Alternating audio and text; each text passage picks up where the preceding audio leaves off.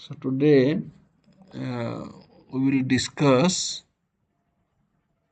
the development of a contemporary Indian philosophy and the common features of contemporary Indian philosophy discussed by different contemporary philosophers like Vivekananda, Sri Aurobindo, Sarvepalli Radhakrishnan, Muhammad Iqbal, Rabindranath Tagore, Mahatma Gandhi, and Jiddu Krishnamurti.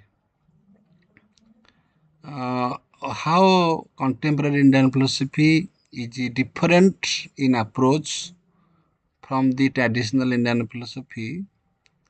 In traditional Indian philosophy, we broadly discuss about ontology, metaphysics, theology,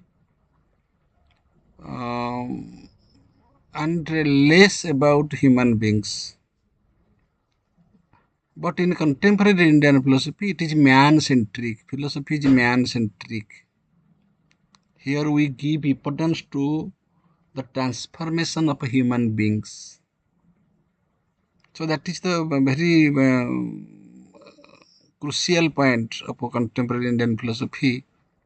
Here we focus on man. So first point we shall discuss spiritual humanism.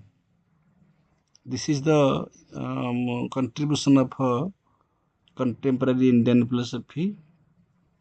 According to spiritual humanism, human life is not merely material but rooted in a deeper spiritual reality.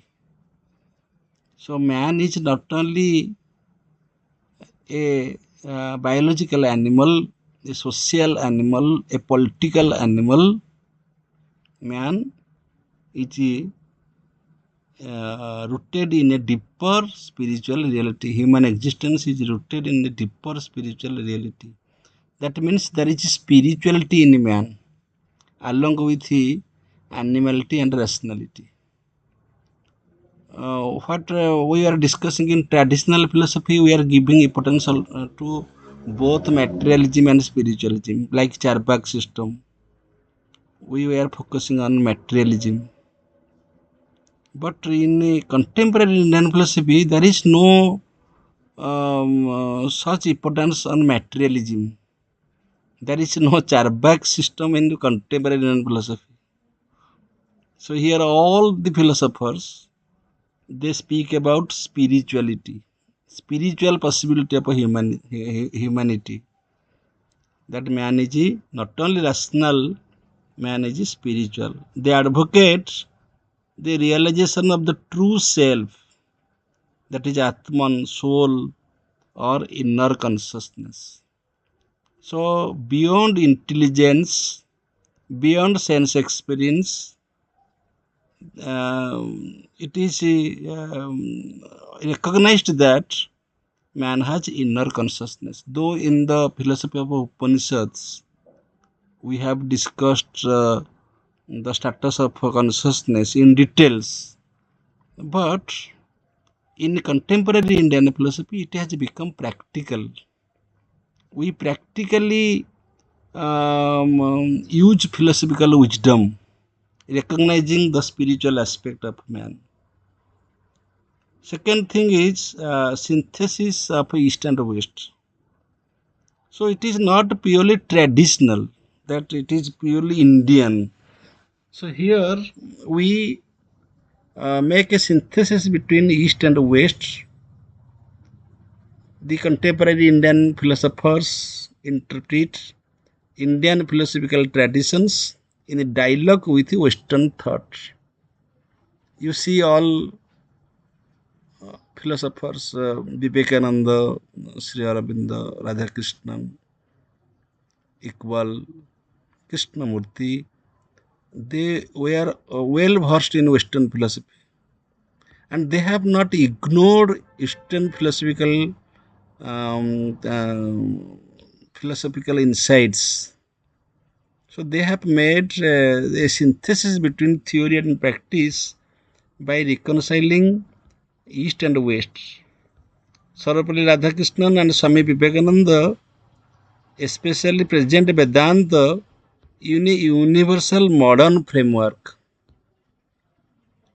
Therefore, Vivekananda's Vedanta is called practical Vedanta.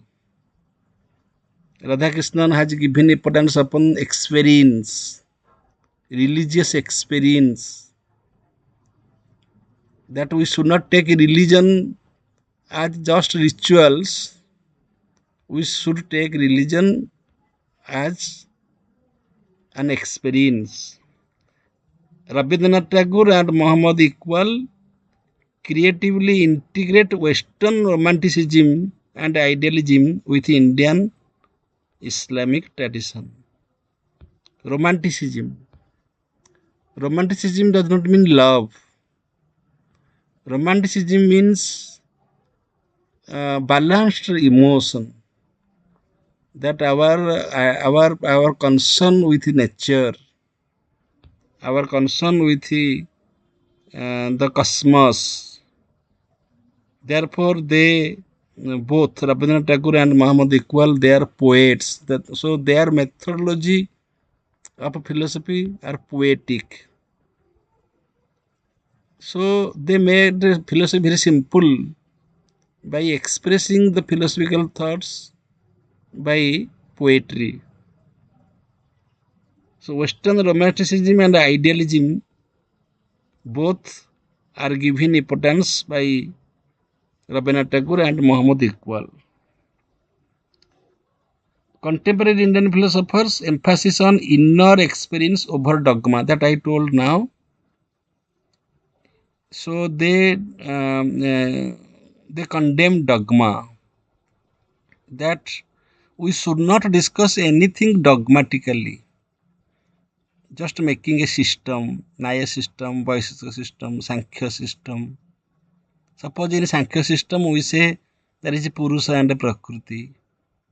So it seems to be philosophical. It seems to be philosophically and it is different from other systems. But you see in contemporary Indian philosophy, all philosophical thoughts of contemporary Indian philosophers are same. When we discuss the concept of man, they're same in many points. They speak the same thing with the same thought, same ideology, because all of them focus on human being. But in traditional philosophy, what we see, Sankhya is different from Nyaya Vaisheshika is different from Mimamsa, Vishishtadvaitavada is different from Advaitavada. Systems are different and they are reserved to the philosophers, those who have created those systems. But here, in contemporary Indian philosophy, all philosophies are integrated to each other. Religion is seen as experience, anubhava, not mere ritual or institutional belief. Jiddu Krishnamurti strongly rejects organized religion in favor of a direct perception of truth. We should have a religious attitude. Religious attitude means we should have sense of love, affection, compassion, forgiveness. If you have these qualities, then you are religious by nature. You are religious does not mean that you believe in God, one God or two gods or many gods, and you are going to temple and you are observing certain rituals. No, that is not religious. Religious experience. You have religious character, religious personality. Being a human being, you have a good understanding. If you have good emotion, if you have good relationship, then you are a religious person. Sri Aurobindo and Swami Vivekananda also stress realization over doctrine.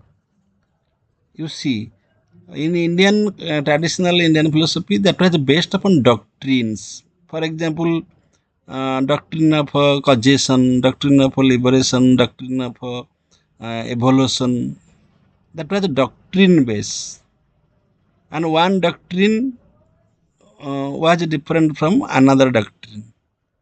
So, contemporary Indian philosophy is not based upon doctrines, it is based upon realization. You have to realize the truth in a very pragmatic sense. Universalism and religious tolerance. Whatever you are speaking, whatever you are speaking, that should be universally accepted. It should be universal. And religious tolerance. There was a time in Western culture, philosophers were not free to express their philosophy because philosophy was suppressed by Christian authority. Pope will decide whether you shall believe in God or not, so whether you will be whether you will be a theist or atheist. So you cannot be an atheist by your choice. You have to believe in God as per the rules of Christianity. So this is not philosophy in the proper sense. Philosophy means free pursuit of thinking, and that free pursuit of thinking is an Indian possibility. It is not a Western possibility. So in Indian philosophy, we have a free pursuit of thinking, and particularly in contemporary Indian philosophy, philosophers are philosophers have given emphasis on human freedom of thinking. All advocate harmony among religions. There are different religions. It is natural because that is also another freedom of thought, freedom of belief. You are absolutely free to nurture your belief, to live your life according to your belief system. So by your belief system, you are a Hindu. By my belief system, I may be a Christian and somebody else may be a Muslim. So every person has freedom to nurture his or her own belief system. But there should not be any conflict among religious sentiments. So harmony among religions is necessary, and that is developed in contemporary Indian philosophy. They express that truth is one. This is very important. Religions may be many. Religions may contradict from each other. Religions may vary from each other, but they express the same truth, though expressed differently in various traditions. Different religions, different philosophical systems, different philosophical traditions define truth in different ways, but ultimately truth is one. Mahatma Gandhi promotes Sarva Dharma Samabhava, equal respect for all religions. This is the modern trend in contemporary Indian philosophy. Modern trend, Sarva Dharma Samabhava. Swami Vivekananda speaks of the universality of a Vedanta. That Vedanta is not meant for only the people who believe in Vedanta. No. Everybody should have Vedantic attitude. What is Vedantic attitude? That you should know that beyond the diversities, um, beyond the changes, there is a unity. There is something constant, substance, substantial truth. That is Brahman. So this is not about Vedanta. This is common philosophy. Everybody should have this knowledge. Even science has also claimed this. Science says relativity. That whatever we claim in science that is subject to change, subject to revision, subject to correction, subject to modification. So, no conclusion is final, and philosophy has no conclusion. Our perceptions vary from time to time, from different perspectives. Our perceptions vary. So, we have to acknowledge this reality, as Buddha said, that impermanence. That means nothing is permanent. Everything is a constant flow. Everything is changing. So we should have this minimum knowledge that the world is ever changing. Our experience is changing. Our mood is changing. Our thoughts are changing. Our emotions are changing. Our views are changing. Even our cells are changing in our body. Science says that in every 4 months you are a new person. All the cells are changed in 4 months. Daily, every day, every moment, cells are getting changed. But total change is possible in 4 months. So in every 4 months, we are new persons, but we are identified by the family resemblance. Another contribution of contemporary Indian philosophy is ethical activism and social concern. It is very, very important. That means philosophy is not abstract theory. It must transform society. So philosophy is not armchair thinking. Philosophy should not be confined to your AC room or your university conference. Philosophy should transform our society. Therefore, you see in modern trends, Raja Raman Rai and many others, Mahatma Gandhi, Vivekananda, they have made revolution in society. They have removed the bad practices, dogmas in society, and they have made, for example, ideal society, just society, good society. So this is the contribution of contemporary Indian philosophy. That philosophy is not personal. Philosophy is social. Mahatma Gandhi links philosophy with politics and social reform. Mahatma Gandhi made our country free from the Britishers, and that is a political pursuit, and that was possible through the philosophy of non-violence and social reform that I said. By truth and non-violence, Mahatma Gandhi made a great revolution in social life of man. Muhammad Iqbal emphasizes dynamic selfhood, khudi, and social reconstruction.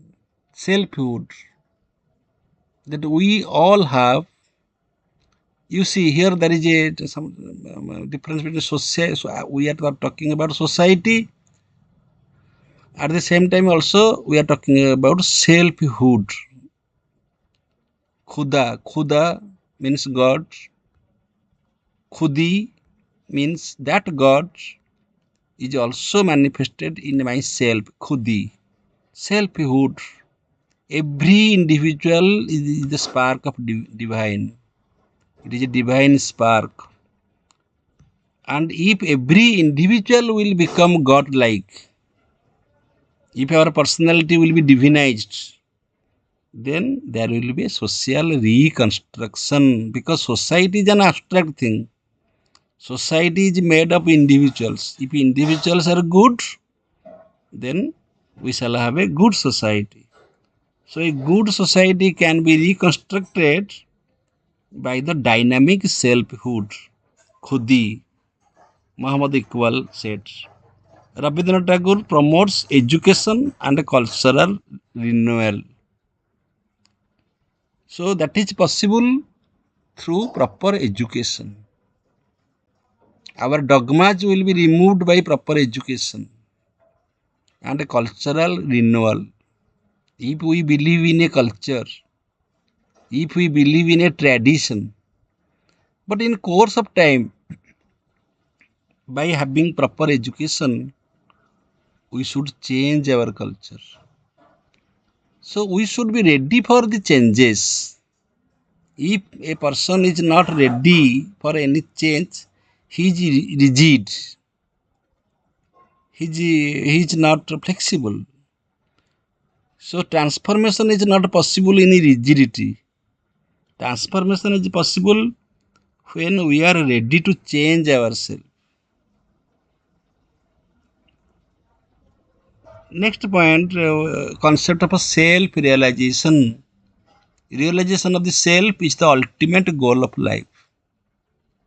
What is realization of the self? Now we should know our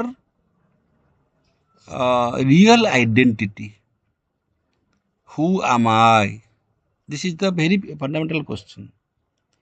Entire philosophy of a man, his thought, his behavior,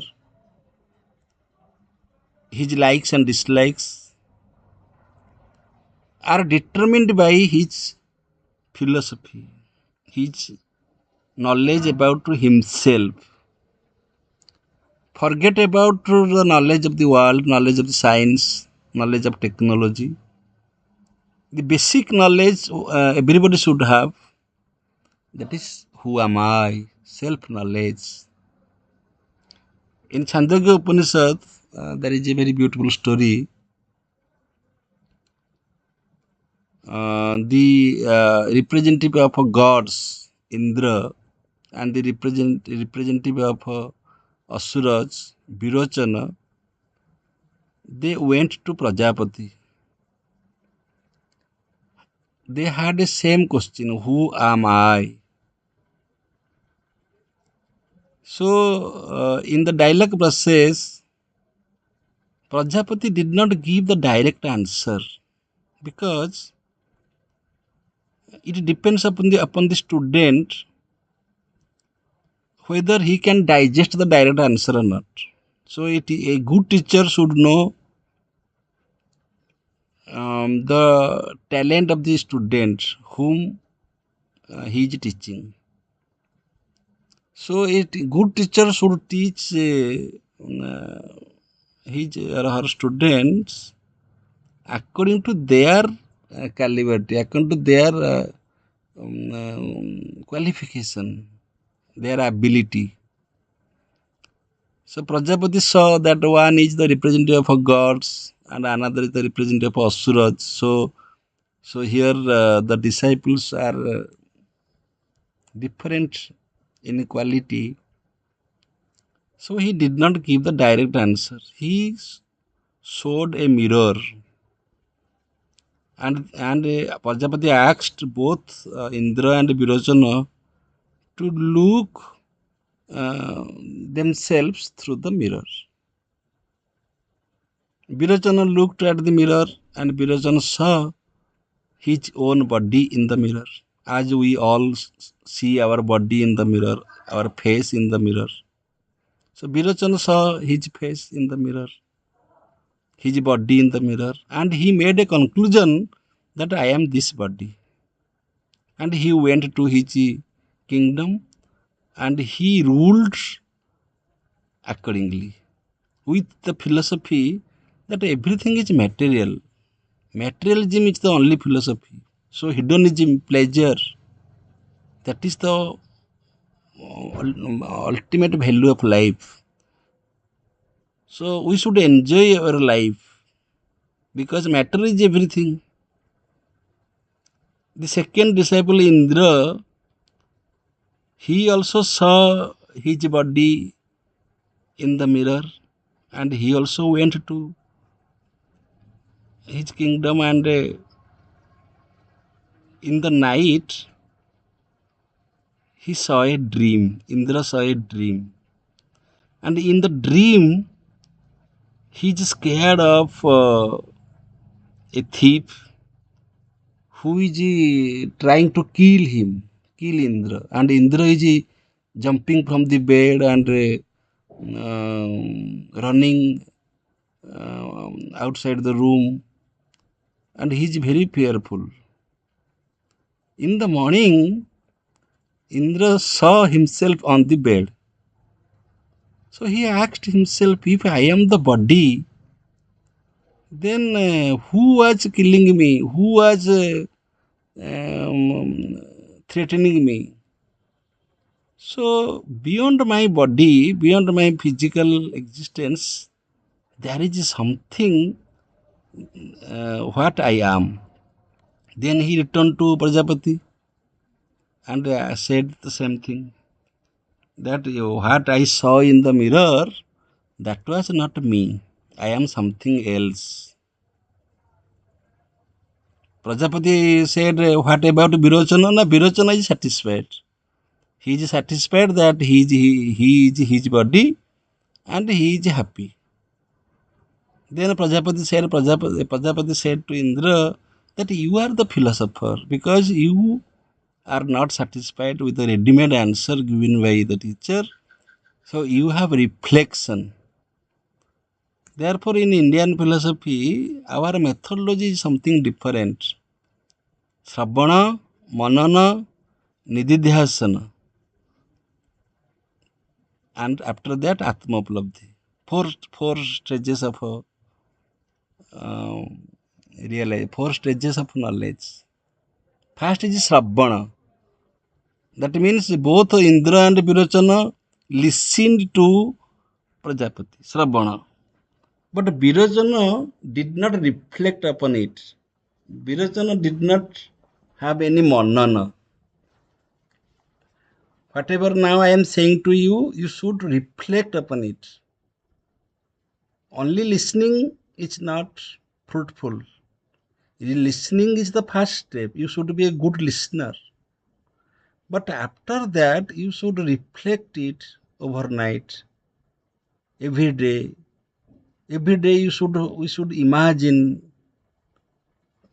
you should think about the reality. So a philosopher should be a thinker. A philosopher should not be a follower. So Indra felt that I am not that what I saw in the mirror. Then he asked to Prajapati, please tell me who am I? Prajapati still did not give the direct answer. Prajapati again said that you are your dream.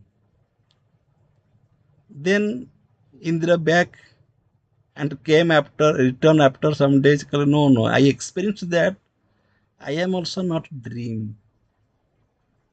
Because in the dreamless sleep, when I am in deep sleep, there is no dream.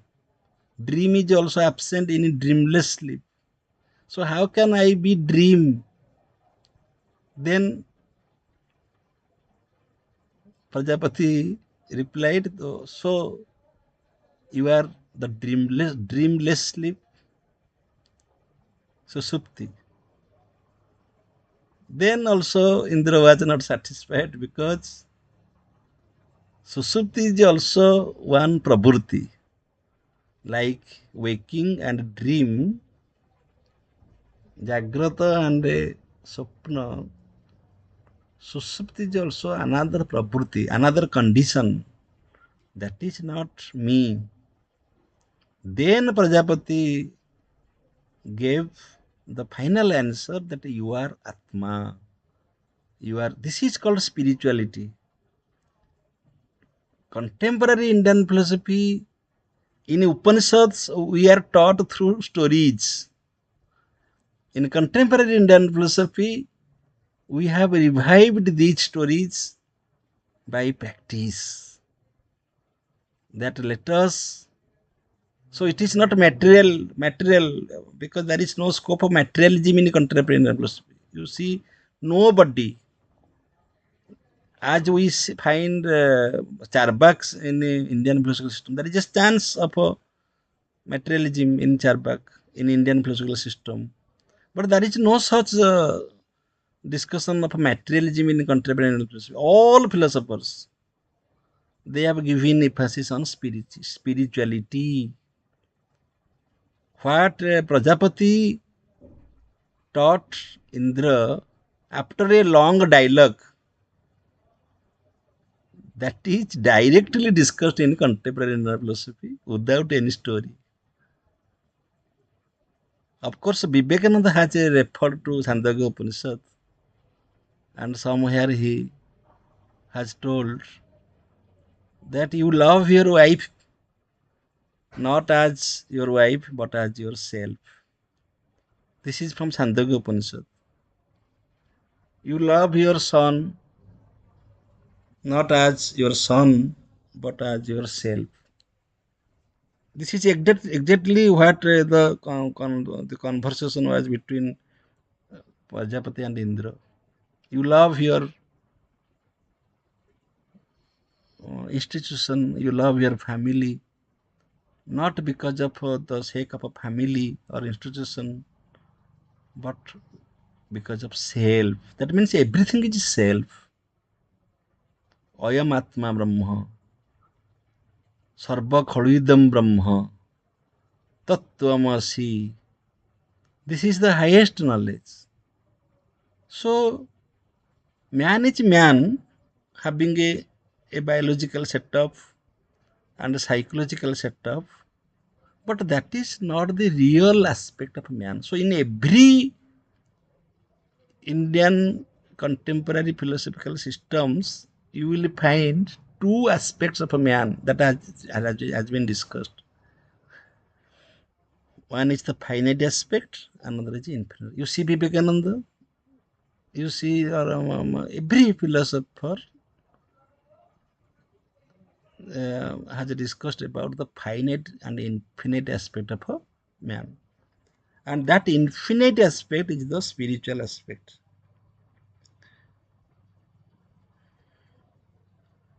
Realization of the self is the ultimate goal of a life. Ultimate goal of life is not to accumulate money, even not to accumulate knowledge. People accumulate knowledge for mana, for sanmana, for honor. That is also a vasana. Knowledge knowledge is not meant for that. Sa vidya ja vimukta hai. Knowledge is that can liberate you.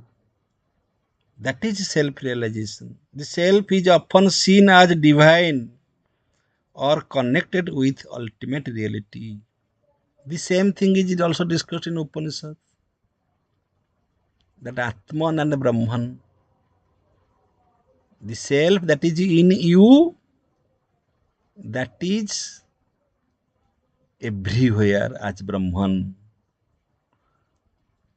So the self is often seen as divine or connected with ultimate reality.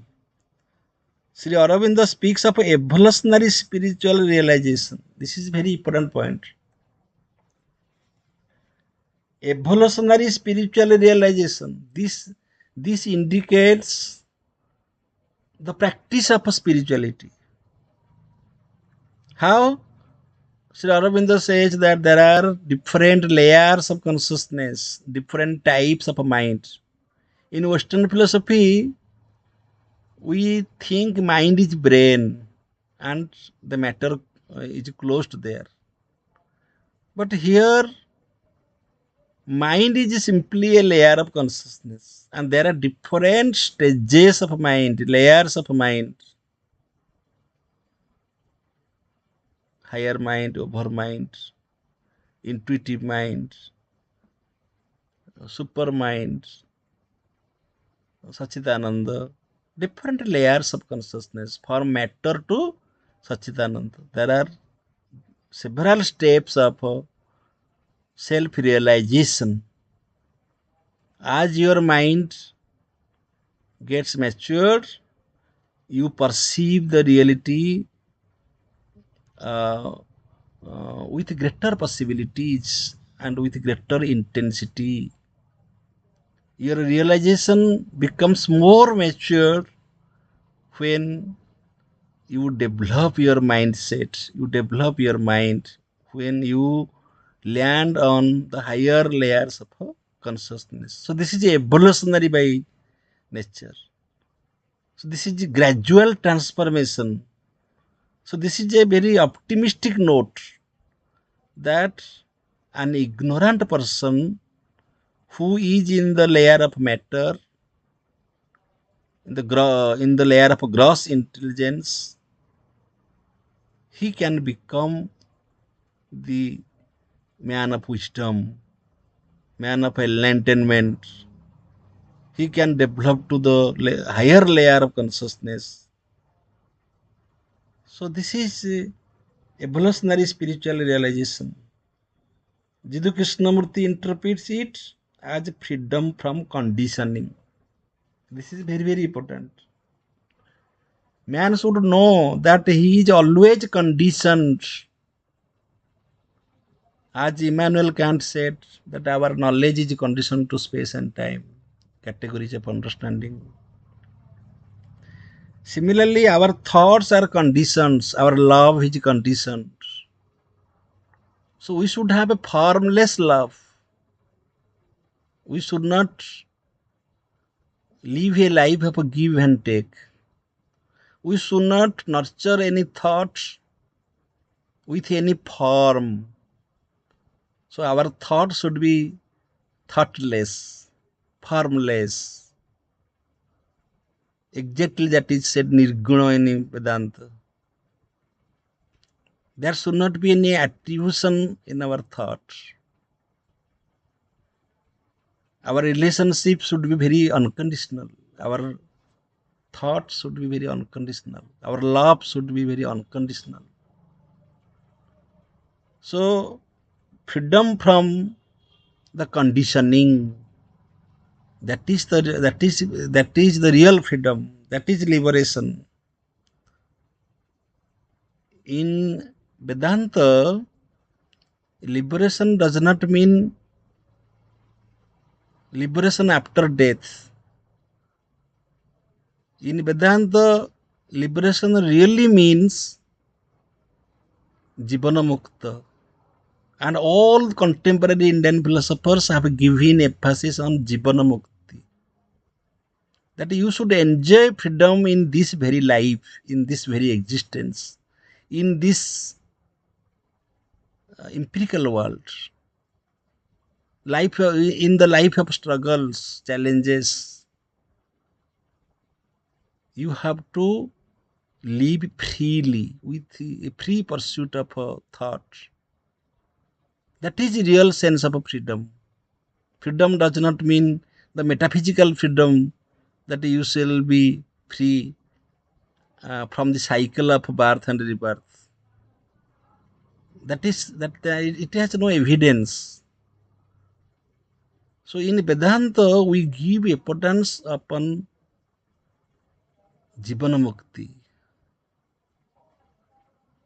Jivana, Mukti in Jivana, not Mukti after Jivana. I shall like a lotus leaf in water. Lotus leaf lives in water, grows in water, dies in water, but it remains unattached to water. Similarly, we should have a sthita prajna mana. So who is a free man? A sthita prajna is a free man. This is our definition.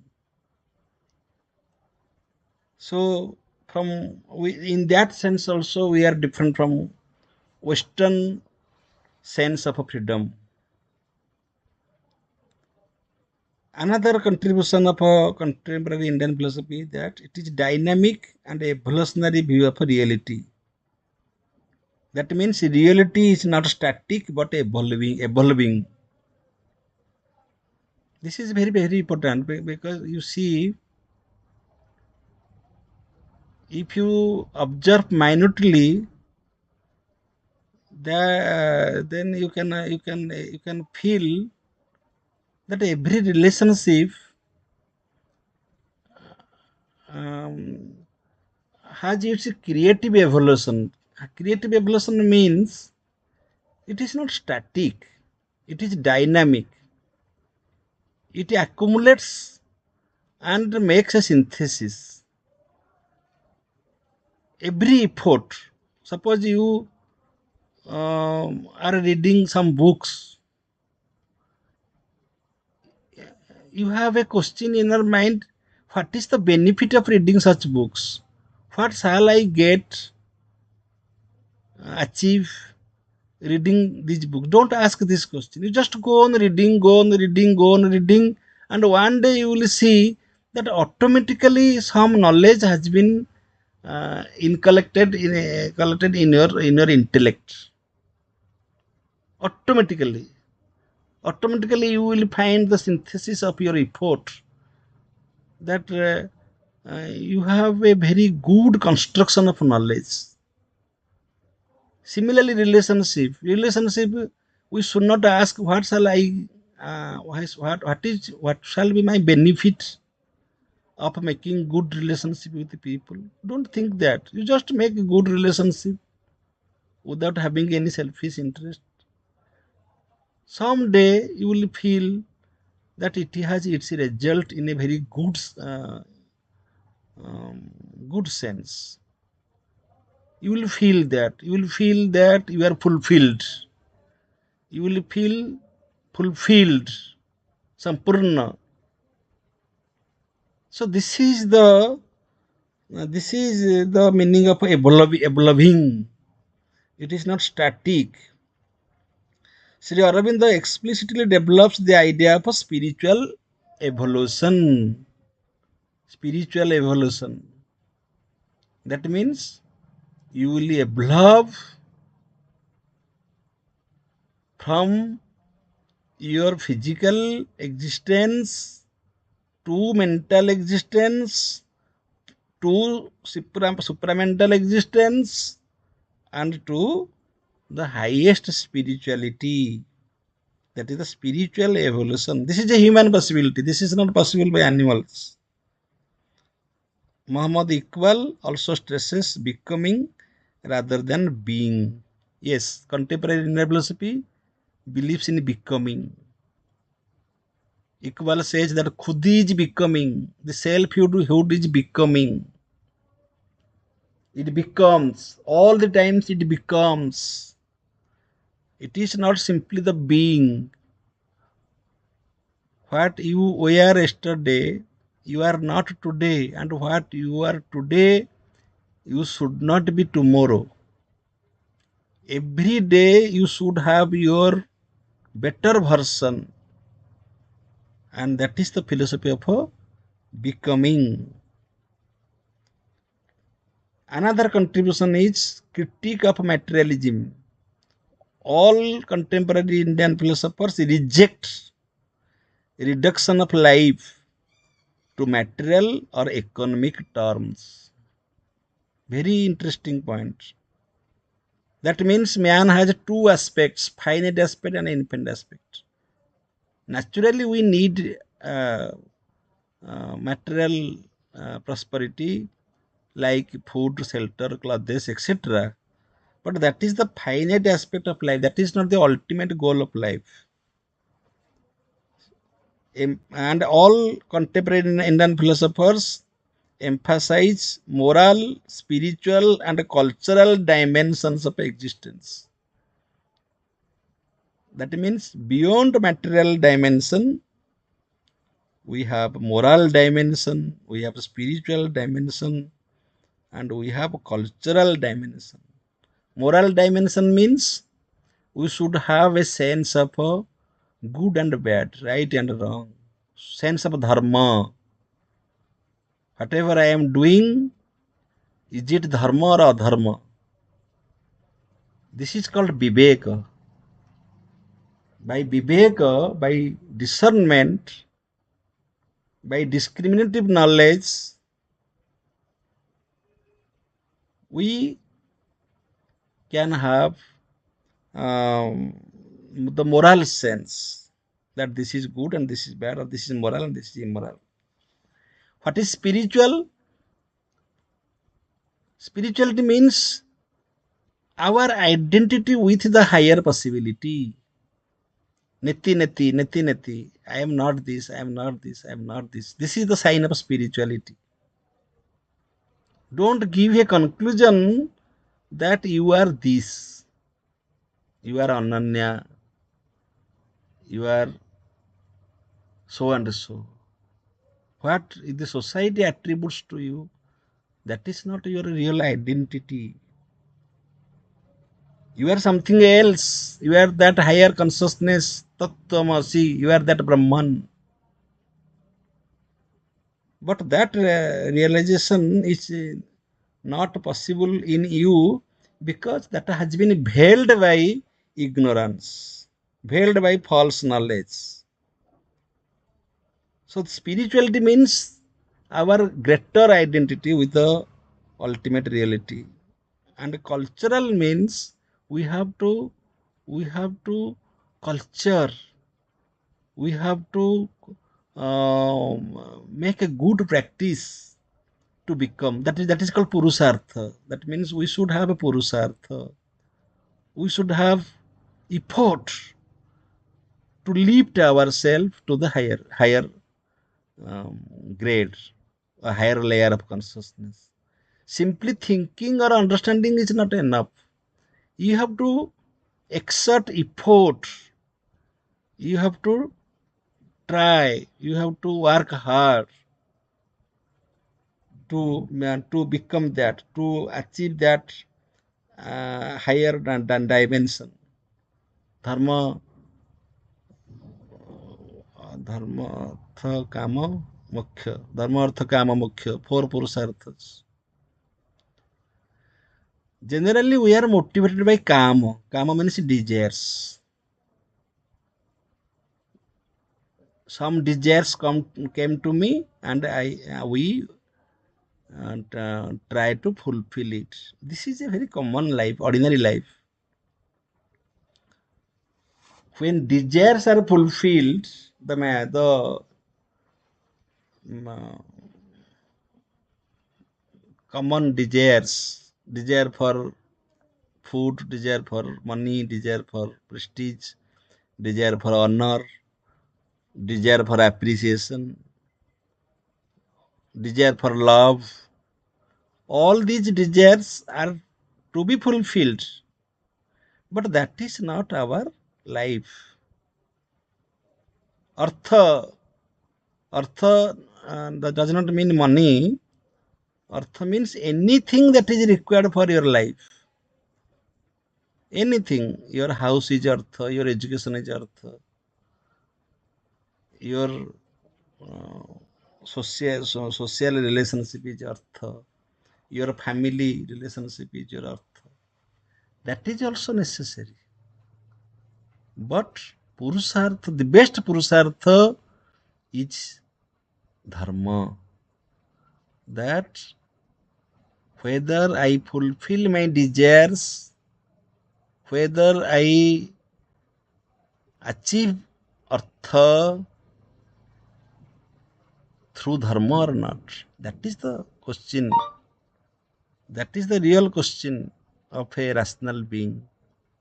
Dharma, sense of dharma. So that is the real purusartha, effort that always I shall adhere to the morality of dharma. Then we can attain parama purusartha, that is moksha. Then modern civilization is often criticized for spiritual emptiness. So it is very clear that when we think of a modern civilization, industrialization, uh, then that is spiritual emptiness. That is only material prosperity. That is not the focus of contemporary Indian philosophy. Indian philosophy does not encourage uh, materialistic life. Then another contribution, that is freedom and individuality. True freedom is inner freedom. True freedom is inner freedom.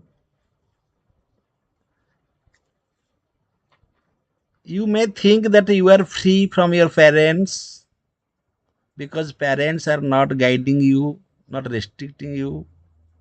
Therefore, you are free. You may feel that you are free as per the democratic rules. That is also right. But are you free from your inner conflicts?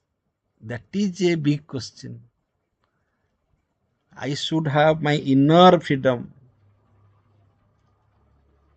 Jiddu Krishnamurti, did you get this point or not? True freedom is inner freedom. Inner freedom means I should, as Arjuna did not have inner freedom. Arjuna was confused because he did not know what to do, what not to do. You should not have any confusion, any visada. You should be visada free. You should be free from any disappointment, any confusion, any anxieties, raga, desha, mana, abhimana. You should be free from all these lower propensities. Jiddu Krishnamurti highlights psychological freedom. Psychological freedom. When we shall discuss these philosophers one after another, we shall discuss the details. Psychological freedom. Psychologically, you should be free. When we measure our relationship through any conditions, then we are not psychologically free. Muhammad Iqbal stresses self-assertion and creativity. When he speaks about khudi, selfhood, that is self-creativity. As Bergson said, creative evolution. Every moment is a creative moment. Similarly, selfhood is self-assertion and creativity. Rabindranath Tagore emphasizes creative individuality, Manava Devata, creative individuality. Every individual is Devata, is potentially God. As Leibniz said, monad, every monad is self-sufficient. Creative individuality. Another contribution of a contemporary Indian philosophy is education as transformation. Education as transformation. Education is a means for holistic development, not just information. We have discussed it. Now we are living in the age of information technology or database technology or digital age. But that is not real education. Education is a means for holistic development. Holistic development means your entire personality will be developed, your community will be developed. Wherever you are educated means your friends, your family members, your society, everything should be educated. Rabindranath Tagore advocates naturalistic and creative education. Swami Vivekananda defines education as a manifestation of a manifestation of a perfection already in man. Manifestation of a perfection already in man. That means every man is perfect, but it is not manifested. So education is the manifestation of perfection already in man. Another contribution is the harmony between individual and society. So here social life is given importance in contemporary philosophy. The individual and society, they should be harmonized. Balance between personal realization and social responsibility. So A man should not die as a philosopher. Man should not die as a simply creative thinker.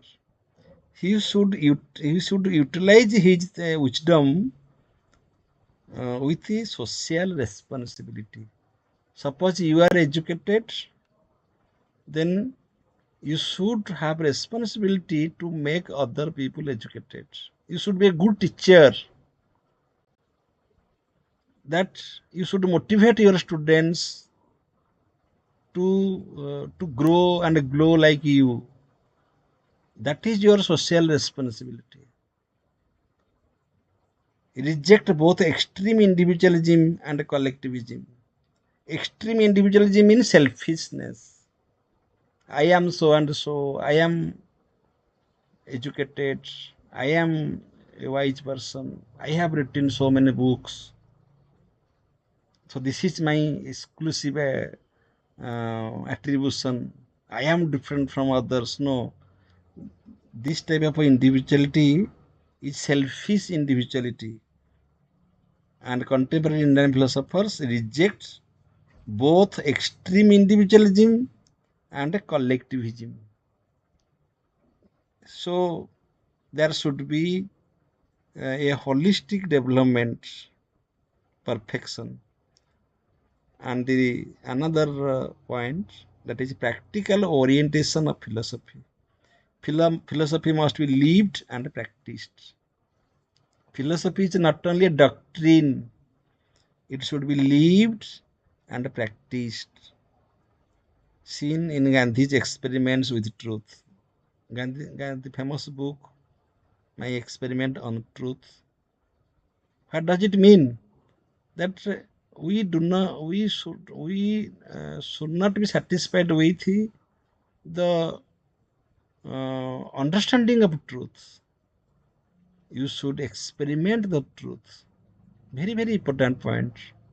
In contemporary Indian philosophy, philosophers try to experiment on truth.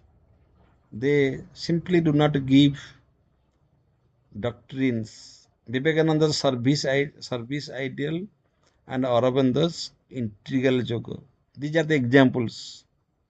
Vivekananda gave importance upon service to mankind, and Aurobindo's integral yoga. Integral yoga means where your entire personality will be integrated, all inclusive.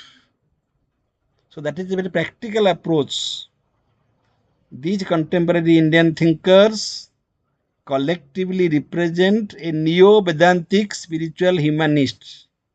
A neo-Vedantic spiritual humanist and reform-oriented movement. I repeat, these contemporary Indian thinkers collectively represent a neo-Vedantic. Neo-Vedantic. What is Neo-Vedantic? The doctrine of Vedanta is projected through practical living. Neo-Vedantic. Spiritual humanist. That means it is not a biological humanism or psychological humanism. Spiritual humanist and reform-oriented movement. Reform. There should be reform in society and transformation in personality. Their shared vision integrates inner realization, ethical action, universal tolerance, and social transformation, making their philosophy deeply relevant to modern global challenges. I repeat, their shared vision, there means the contemporary Indian philosophers, shared vision integrates inner realization, ethical action, universal tolerance, and social transformation. So these are the contributions of contemporary Indian philosophy. Thank you. So we shall discuss philosophy of Vivekananda tomorrow. Okay. Again, sir.